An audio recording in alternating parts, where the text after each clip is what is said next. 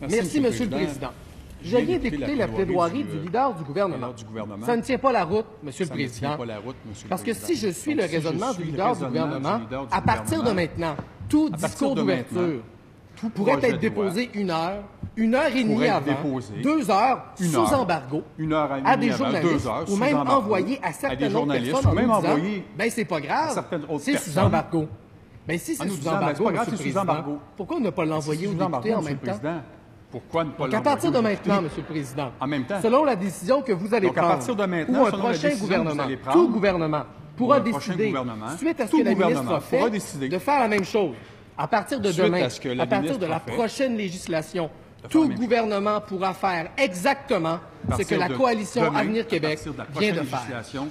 Tout gouvernement pourra faire exactement là, Monsieur le Président, imaginez la folie selon la décision que vous allez prendre, le leader du gouvernement vient de dire.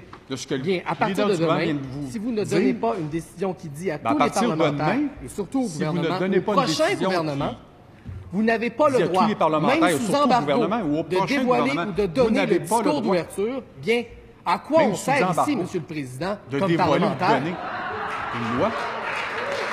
Ça ne sert à quoi ici, Monsieur le Président? Comme parlementaire. Je vous le demande, Monsieur le Président. Je vous le demande. La ministre est responsable. Le premier ministre est responsable de ses employés. C'est lui le plus grand patron de son gouvernement. C'est elle la grande patronne. Il y a des gens qui doivent mesurer leurs gestes et comprendre la gravité de ce geste.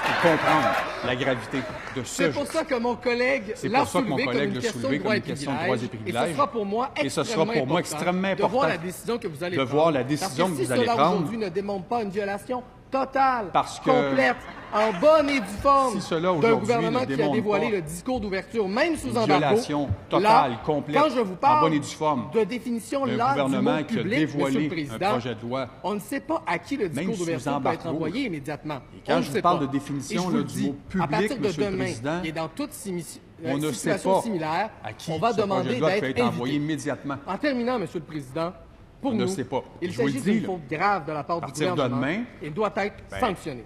Toute Il en va du situation respect similaire, envers l'institution qu'est l'Assemblée nationale, mais également de celui des parlementaires, acteurs clés de notre système. La présidence, je le mentionnais, se doit d'envoyer un message clair à tous les parlementaires afin que ceux-ci respectent ces règles et fondements les plus élémentaires. Il en va du respect envers l'institution qu'est l'Assemblée nationale, mais également de celui des parlementaires. Pourrait créer un dangereux précédent pour les prochaines législatures. La présidence, comme je vous l'ai mentionné auparavant. Un message clair à tous les parlementaires. Alors, je fais le dépôt de cette citation légèrement modifiée du député de Granby. Pour nous, de ne pas sévir, Monsieur le Président, pourrait créer un dangereux précédent pour les prochaines législatures, comme je vous l'ai mentionné auparavant. Merci.